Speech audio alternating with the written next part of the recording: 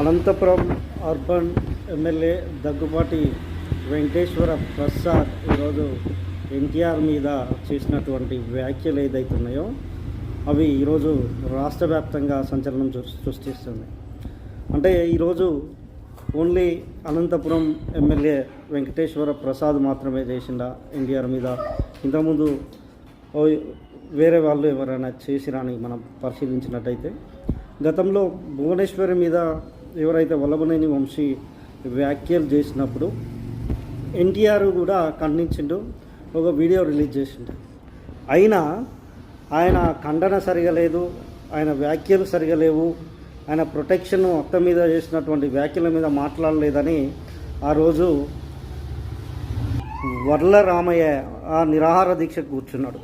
ఈరోజు మరి తెలుగుదేశం పార్టీ కార్యకర్తలు, నాయకులు, చంద్రబాబు నాయుడు, లోకేష్ బాబు ఎందుకు ఆ ఎమ్మెల్యేని సస్పెండ్ చేయట్లేదు?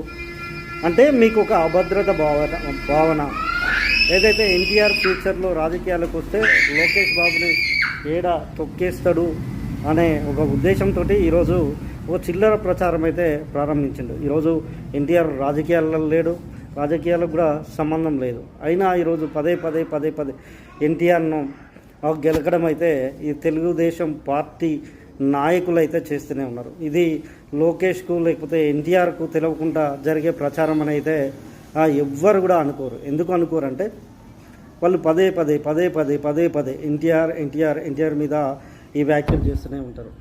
ఎందుకంటే ఒక అభద్రత భావం లోకేష్కు ఎక్కడ పొలిటికల్గా ఎదురొస్తాడేమోనని, లేకపోతే ముందుకెళ్తాడేమోనని. ఆయన పొలిటికల్ కెరీర్ ఇంకా స్టార్ట్ చేయలేదు, పొలిటికల్ గురించి కూడా ఇక్కడ ఆయన వ్యాఖ్యలు చేయలేదు. ఏదైతే తెలుగుదేశం పార్టీ కొరకు ఆ రోజు ప్రచారం 2009లో ప్రచారంలో యాక్సిడెంట్ అయింది, తర్వాత ఆయన రాజకీయాలకు ఆ స్ట్రెచ్చర్ మీద పండుకుని కూడా ఆ రోజు తెలుగుదేశం పార్టీకి ప్రచారం చేయడం జరిగింది.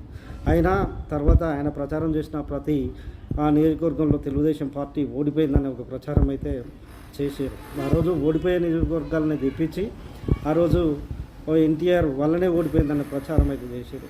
వీళ్ళ టీవీ ఛానల్ ఇంతకుముందు ఎన్టీఆర్ మీద మహానీయుడు ఏబిఎన్, TV5 అయితే విష ప్రచారం చేస్తుంటాయి. ఆ పిల్ల కుంక, ఆ కుంక, ఈ కుంక అని స్టోరీలు రాయడం కూడా మనం చూసినాం. ఒక టాలెంట్ ఉన్నోడిని మీరు కింద మీద పడ్డా ఏం బీకలేరు పోయి.